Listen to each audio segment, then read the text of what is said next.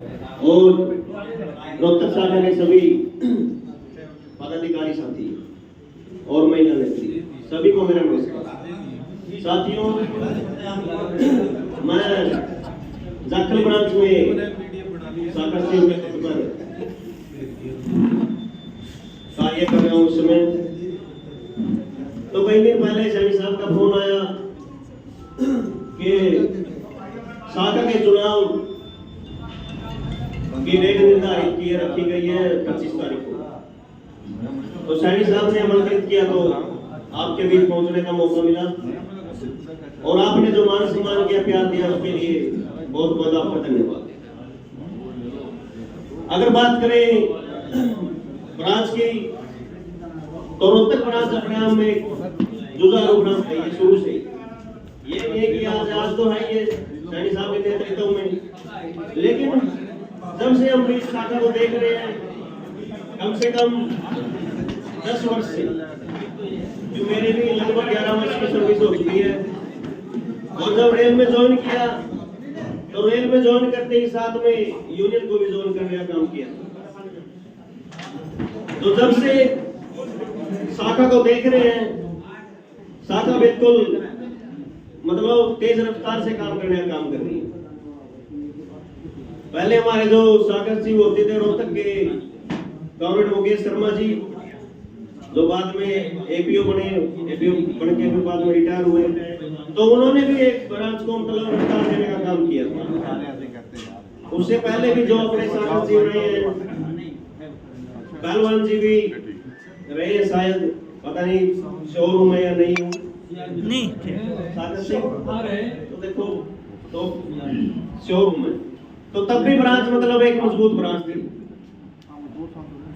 सिर्फ ब्रांच ही मजबूत नहीं है साथियों, आपका मंडल भी मजबूत है, क्योंकि मंडल का नेतृत्व आप लोगों ने जिसके हाथ में दिया है वो अपने आप में एक मिसाल है। कामरेड नूप शर्मा जी 2016 में उन्होंने मंडल को संभालने का काम किया। उससे पहले पीएन गौड़ जी थे, वो कुछ दिन ही मंडल मंत्री रह पाए क्योंकि वो उसके बाद रिटायर हो गए थे। और उससे पहले तो हरभजन सिंह जी, हरभजन सिंह तो उससे पहले, उसके बाद नरेंद्र सिद्धू जी थे, नरेंद्र जी से पहले हरभजन सिद्धू जी थे। तो तब भी एक मतलब मंडल का नाम था। साथियों, आपकी यूनियन ही मजबूत है क्योंकि आपका नेतृत्व मजबूत है। ऑल इंडिया रेलवेमेंस फेडरेशन के general secretary comrade Shiv Gopal Mishra ji, जिसको पूरी दुनिया जानती है। दुनिया क्यों जानती है? काम ही उन्होंने ऐसे किए कि दुनिया जानती है। अपने कर्मचारियों के लिए इतनी उपलब्धियां हैं आपके संगठन की। आज का जो मेन मुद्दा है साथियों, जिसको आप भली भांति जानते हैं, चर्चा में चला हुआ है, ओपीएस, पुरानी पेंशन बहाल करो। 20, 50, 100 कर्मचारी, उनको कौन पूछता है? लेकिन आज एनपीएस में लाखों की संख्या में कर्मचारी है और यूथ जितना भी है सारा एनपीएस में आ गया। तो इसीलिए आज ये मुद्दा जोर पकड़ गया।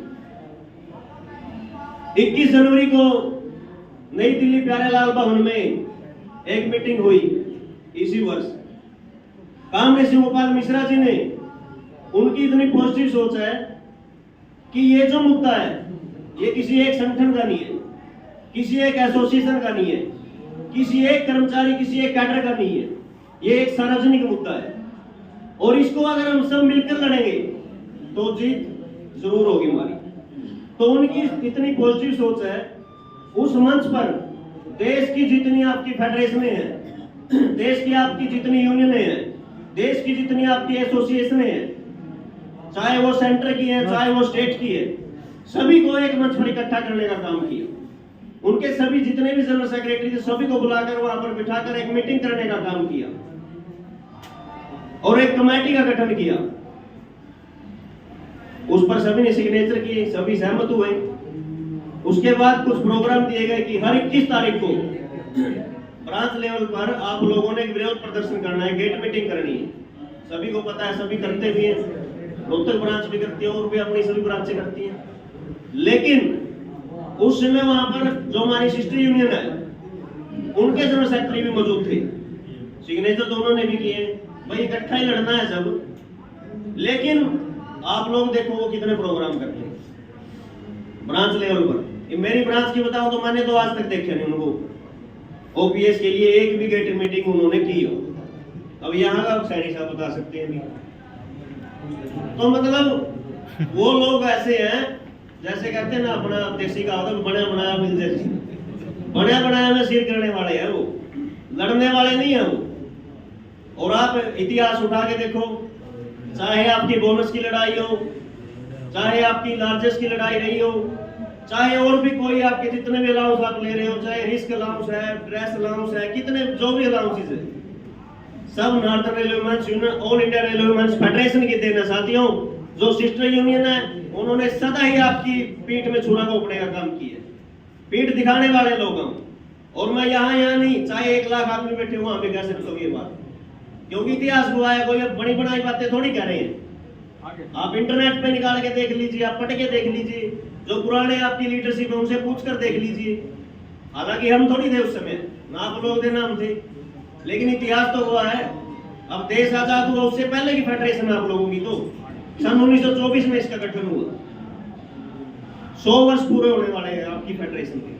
अभी नेक्स्ट ईयर नई दिल्ली में 24 अप्रैल को all India railway women's federation का शताब्दी वर्ष मनाया जाएगा, जो नई दिल्ली में प्रोग्राम रखा जाएगा। उसमें देखना आप सभी को चलना और लाखों की भीड़ होगी। तो किसी संगठन को साथियों 100 वर्ष पूरा होना कोई छोटी बात नहीं होती। एक छोटी सी अगर एसोसिएशन है ना 50-100 साथियों की, वो भी नहीं चला पाते हम। एक परिवार चलाना बहुत मुश्किल हो जाता है छोटा सा, अगर उसमें 5 सदस्य या 10 सदस्य है, कोई इधर भागेगा कोई उधर भागेगा। तो आपका संगठन साथियों नो डाउट इतना मजबूत है, बहुत ज्यादा, क्योंकि अपनी लीडरशिप मजबूत है। और संगठन होता क्या है? संगठन एक विचारधारा है, विचारधारा अच्छी है वही तो संगठन है। सिस्टर यूनियन उनकी विचारधारा खराब है, काम करवाना ले दे के करवाना उन लोगों को, साफ छवि नहीं है उनकी, छवि से ही तो यूनियन चलती है। तो साथियों ज्यादा बात ना कहते हुए इतना ही कहूंगा कि अपने संगठन में और साथियों को जोड़ने का काम करें। आपकी शाखा शुरू से ही मजबूत है और जब से सैनी साहब आए और मजबूत होने का काम हुआ है। और सैनी साहब भी अभी रिटायर होने वाले हैं जल्दी। तो आप साथियों में से ही किसी को सेक्रेटरी बनना है, किसी को प्रेसिडेंट बनना है, किसी को ऑफिस मैनेजर बनना है। और हमारी तो एक ही सोच है सैनी साहब, जो काम करे उसी को आगे लेके आओ। अगर शाखा अपनी ब्रांच चलानी है, अगर अपना मंडल चलाना है। अब कई बार क्या होता है, काफी ब्रांचों में देखते हैं ये चीजें, काम करने वाला वहां बैठता है लास्ट में बेचारा। बैठने से हालांकि कोई फर्क नहीं पड़ता, लेकिन पद भी उसी को मिले जो काम करता है, नहीं तो ब्रांच कैसे चलेगी? तभी तो ब्रांच चलेगी। अगर ब्रांच को खत्म करना है तो अपना ऐसे ऐसे आदमियों को बनाया तो जो घर से ही ना निकले। भाई फील्ड में जाना बहुत जरूरी है अगर ब्रांच चलानी है तो, चाहे वो gang to gang, station to station, gate to gate. Union चलानी है तो अपना घर बार तो छोड़ना पड़ा है भाई, सीधी सी बात है। अगर अपनी ब्रांच चलानी है, यूनियन चलानी है, किसी भाई का अगर आपने भला करना है, किसी भाई का काम करना है, तो घर बैठे तो हो ही नहीं सकता वो बिल्कुल भी। सुबह निकलना पड़ेगा, रात को घर आओगे, कई के दिन बाहर भी रहना पड़ेगा। लखनऊ का प्रोग्राम है, आपकी शाखा से भी साथी चलेंगे, 2 दिन का लखनऊ प्रोग्राम है। कल स्पेशल ट्रेन चलेगी पुरानी दिल्ली से 3 बजे, तो 2-3 दिन वहां लगेंगे। उसके आने के बाद 1 वीक के बाद फिर मुंबई का प्रोग्राम है, 5 दिन वहां लगेंगे। अब यही है भी खेल यूनियन का। तो अपने निजी समय में से समय देना पड़ता है। अगर हम ये सोचें कि हर बार हम कहीं पर जा रहे हैं, काफी साथी बोल देते हैं, अगर हम मीटिंग के लिए बोलते हैं कि भाई साहब वहाँ प्रोग्राम वहाँ चलना है, कि जी स्पेशल लीव आएगी, स्पेशल लीव कितने साथी हैं आज के? वो भी तो एक लिमिटेड है ना। अब जैसे लखनऊ में अपनी एजीएम होने जा रही है, अब उसमें एक एजीएम मेंबर की स्पेशल लीव आनी है, एक सीसी मेंबर की आनी है और एक सेक्रेटरी की आएगी। लेकिन जाना तो उसमें सभी एजीएम मेंबर और सभी सीसी मेंबर ने है ना। तो साथियों ये छुट्टियां हमें इसलिए ही मिलती हैं कि हम चाहे इसमें से अपने संगठन को समय दें और अपने परिवार को समय दें। कोई हारी बीमारी है उसके लिए छुट्टियां लें, कहीं आना जाना उसके लिए छुट्टियां लें। और छुट्टियां करना क्या है? जमा तो 300 छुट्टी होती होगी, तो ठीक है अपनी 300 जमा करो, लेकिन और छुट्टियां अपने संगठन के लिए ले आप। संगठन के क्या ले रहे हैं? अपने खुद के लिए ही ले रहे हैं।